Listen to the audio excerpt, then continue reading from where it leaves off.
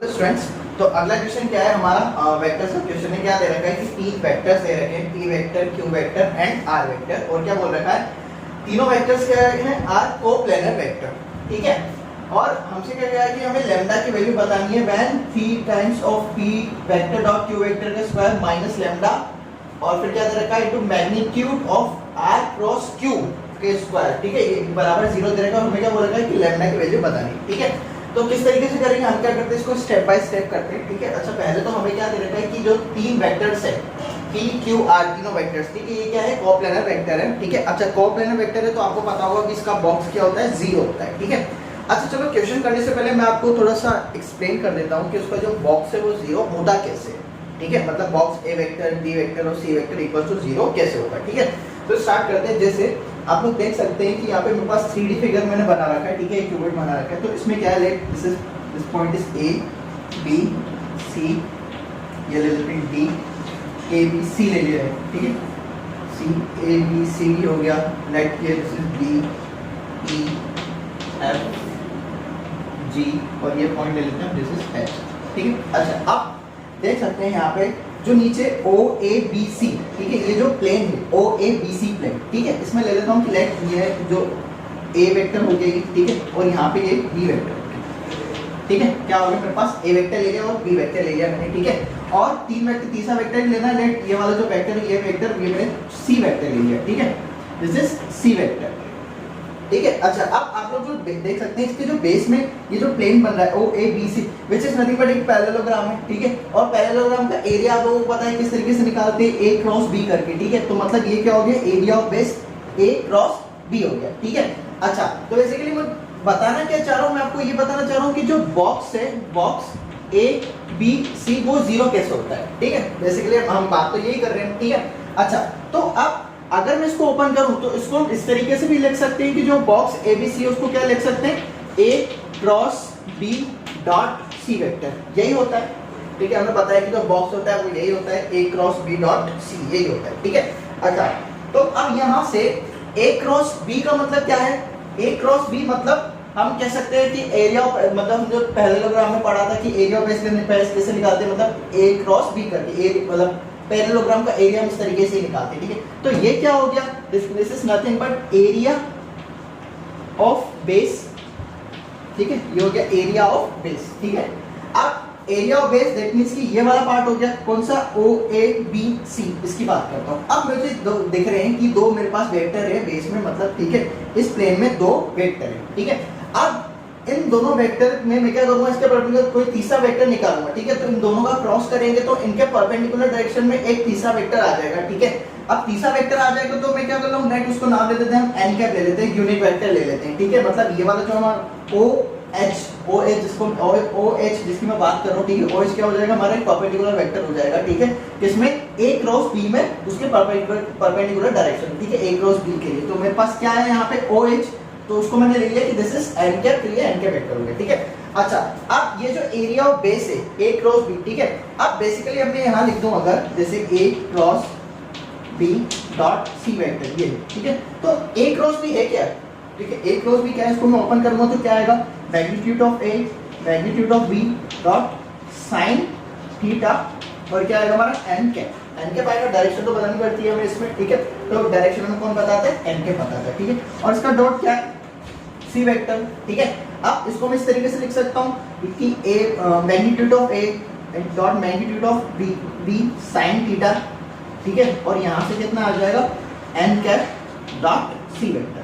ठीक है, ये आएगा हमारा n cap dot c vector.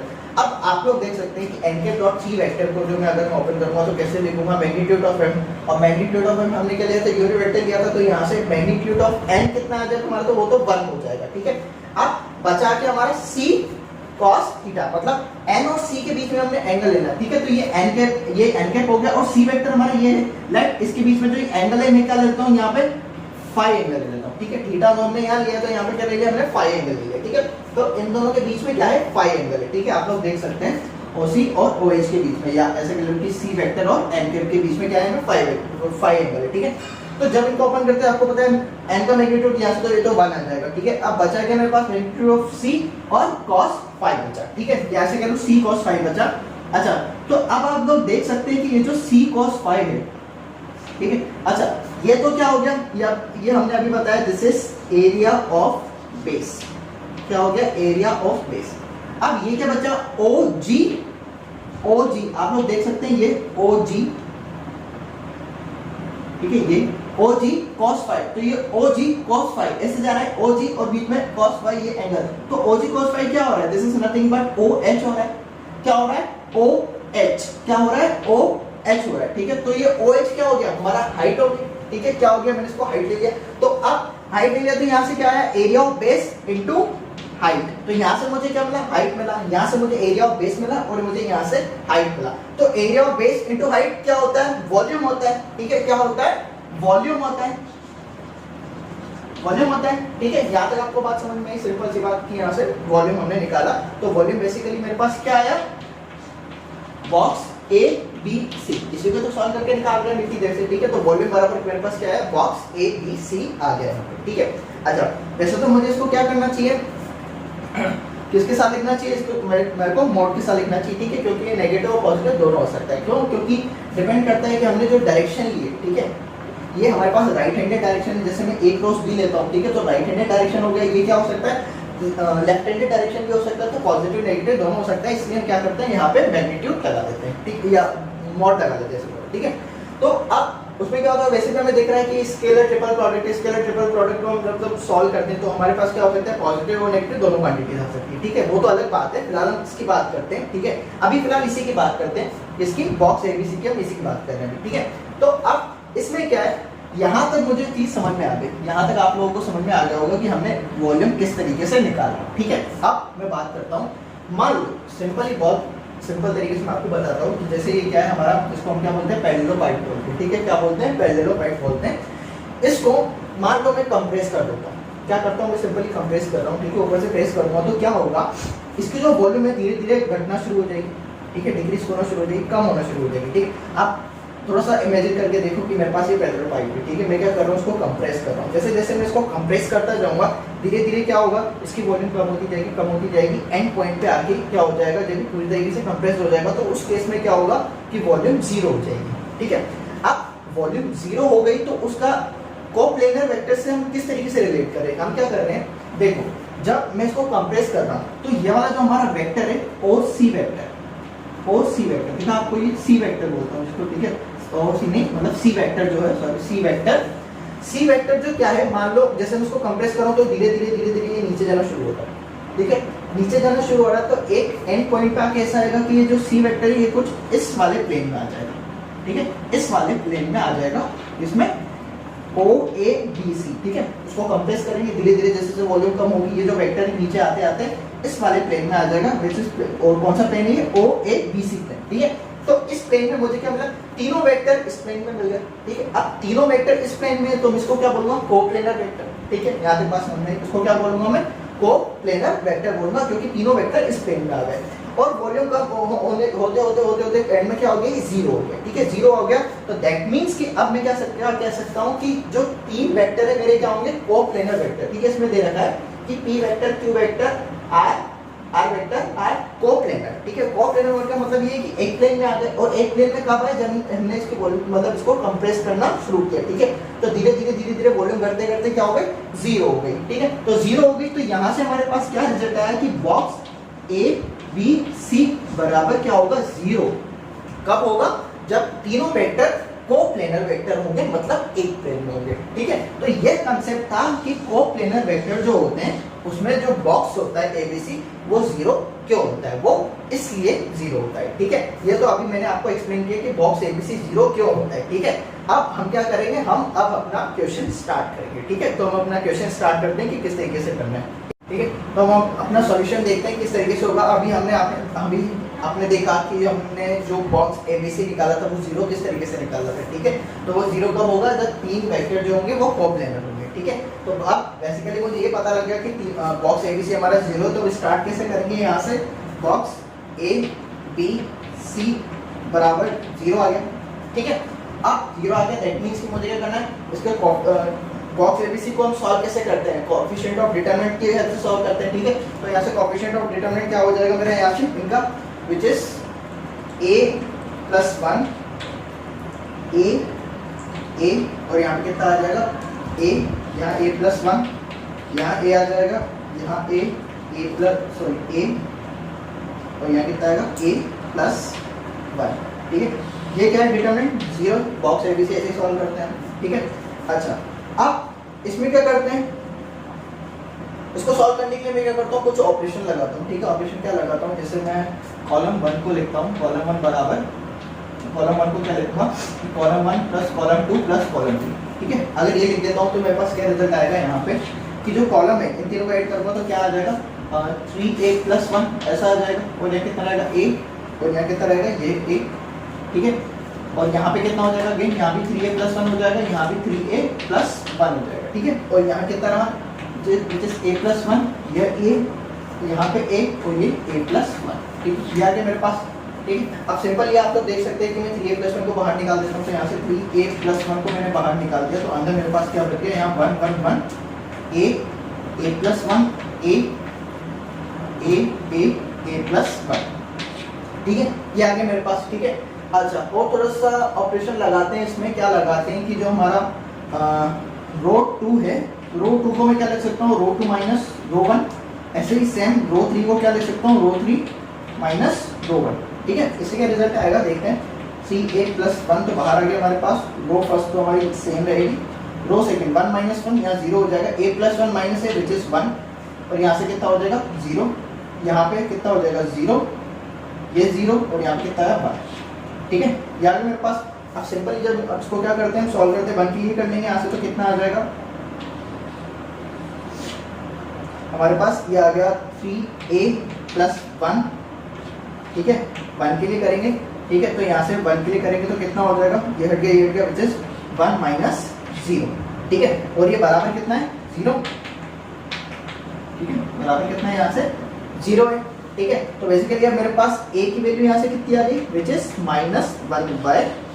ठीक है, a मेरे पास क्या है यहाँ से -1/3 आ गया।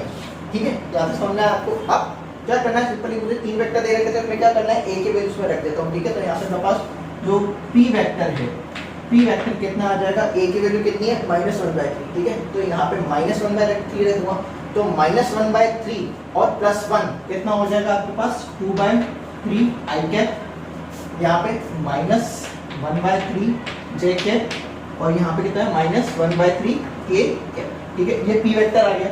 अब q वेक्टर निकाल लेता हूँ यहाँ से, q वेक्टर मेरे पास कितना होगा, यहाँ से अगेन a की वैल्यू -1/3, यहाँ से i कैप हो गया, a plus 1 that means -1/3 plus 1 तो कितना हो जाएगा 2/3, दिस 2/3 कितना हो गया j कैप माइनस कितना है 1/3 k कैप। ऐसे ही r वेक्टर जो है हमारे पास कितना हो जाएगा -1/3 i कैप -1/3 j कैप और प्लस 2/3 k कैप। मेरे पास ये 3 वेक्टर आ चुके हैं। ठीक है, अब मुझे निकालना क्या है, वहां पे हम देख सकते हैं कि मुझे जो निकालना है उसमें p डॉट q है, मतलब p vector dot q vector. तो ठीक है, मैं क्या करता हूँ दोनों का डॉट निकाल लेता हूँ पहले। p vector dot q vector का डॉट निकालूंगा तो कितना हो जाएगा p और q, ये p और q है। ठीक है, दोनों का प्रोडक्ट करेंगे तो कितना हो जाएगा यहाँ पे -2/9। ठीक है, और कितना हो जाएगा, ये कितना हो गया ये हो गया -2/9, और यहाँ से कितना हो जाएगा -2/9 अगेन। ठीक है, और यहाँ से कितना हो जाएगा -1/9। ठीक है, तो इनको सॉल्व करेंगे तो कितना हो जाएगा आपके पास -2 -4 + 1 -3/9 विच इज इक्वल टू -1/3। ठीक है, और क्या बोल रखा है कि जो p वेक्टर और डॉट q वेक्टर है इनके डॉट का स्क्वायर निकालना है। तो सिंपली मेरे पास p vector dot q vector का स्क्वायर निकालूंगा विच इज 1/9। मेरे पास ये एक रिजल्ट आ गया। ठीक है, p vector dot q vector का। ठीक है, अब किसकी बात करते हैं, r vector dot q vector की। ठीक है, तो r vector sorry cross q vector, तो r vector cross q vector मुझे r क्रॉस q निकालना है। ठीक है, पहले r क्रॉस q की बात करते हैं फिर उसके मैग्नीट्यूड की बात करेंगे। ठीक है, तो r क्रॉस q निकालना तो सिंपल कितना हो जाएगा यहाँ पे i कैप, ये j cap, k cap, r कितना हो जाएगा पहले r लिखेंगे, तो r कितना है हमारे पास यहाँ पे -1/3 2/3। ठीक है, और यहाँ पे q वेक्टर मेरे पास कितना है -1/3 2/3 और ये -1/3। ठीक है, इसको सॉल्व कर लेते हैं। ठीक है, कितना आएगा, आई कैप के लिए सॉल्व करेंगे तो कितना आ जाएगा यहाँ पे minus minus plus, this is 1/9 minus 1/9 और ये कितना हो जाएगा आपका 2 into 4 4/9, ठीक है। तो कितना आ गया यहाँ से 4/9, दिस इज आई कैप, ठीक है। माइनस जे कैप की बात करते हो, जे कैप के लिए कितना आ जाएगा माइनस माइनस प्लस, अगेन कितना आ जाएगा यहाँ से 1/9, ठीक है, माइनस जे कैप के लिए कितना हो जाएगा यहाँ से दिस इज 1/9 और ये कितना हो जाएगा minus minus plus which is 2/9, ठीक है। फिर अगेन के कैप के लिए निकालूंगा मैं अगर, तो के कैप के लिए कितना हो जाएगा दिस इज 2/3 इंटू माइनस हो जाएगा माइनस 2/9, ठीक है। कितना हो जाएगा यहाँ से प्लस माइनस 2/9, ठीक है। और कितना हो जाएगा यहाँ से, ये तो हुआ माइनस 2/9 माइनस माइनस प्लस, ठीक है। तो ये जाएगा 1/9 और यहाँ माइनस दिस इज 1/9 ठीक है। ये आ गया मेरे पास, ठीक है। अच्छा तो अब इसको सॉल्व करते तो कितना हो जाएगा यहाँ से माइनस 3/9 आई कैप, ठीक है।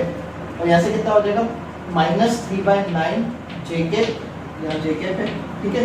प्लस ये कितना हो जाएगा माइनस 3/9 के कैप, ठीक है। तो बेसिकली मेरे पास क्या है माइनस 1/3 आई कैप प्लस जे कैप प्लस के कैप, ठीक है। ये आ गया, ठीक है। अच्छा अब मेरे पास आर क्रॉस क्यू आ गया, ठीक है। आर क्रॉस क्यू आ गया तो अब मुझसे क्या बोल रखा है कि इसका मैग्नीट्यूड का स्क्वायर लेना है, तो पहले इसका मैग्नीट्यूड हम ले लेंगे। मैग्नीट्यूड, चलो मैग्नीट्यूड का स्क्वायर यहीं से अगर ले लेंगे मेरे पास तो कितना आएगा, ठीक है। इसके मैग्नीट्यूड का स्क्वायर कितना हो जाएगा हमारे पास विच इज 1/3 का स्क्वायर प्लस 1/3 का स्क्वायर प्लस 1/3 का स्क्वायर, ठीक है। तो यहाँ से कितना हो गया विच इज 3/9, ठीक है। कितना आ जाएगा 3/9, ठीक है। और यहाँ से इसको कैंसिल आउट करेंगे तो 1/कितना आ जाएगा 3, मतलब r vector cross q vector के मैग्नीट्यूड का स्क्वायर यहाँ से कितना आ जाएगा मेरे पास 1/3 आ जाएगा, आप करके देख सकते हैं इजीली, ठीक है।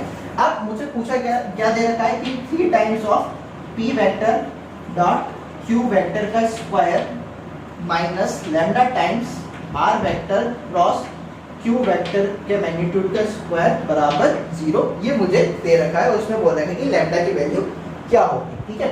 तो बस सिंपली पी डॉट क्यू का स्क्वायर कितना हो गया यहाँ से 1/9, तो 3 डॉट 1/9, ठीक है, डॉट 1/9 आए माइनस लैम्डा टाइम ये कितना है हमारे पास 1/3 बराबर 0, ठीक है।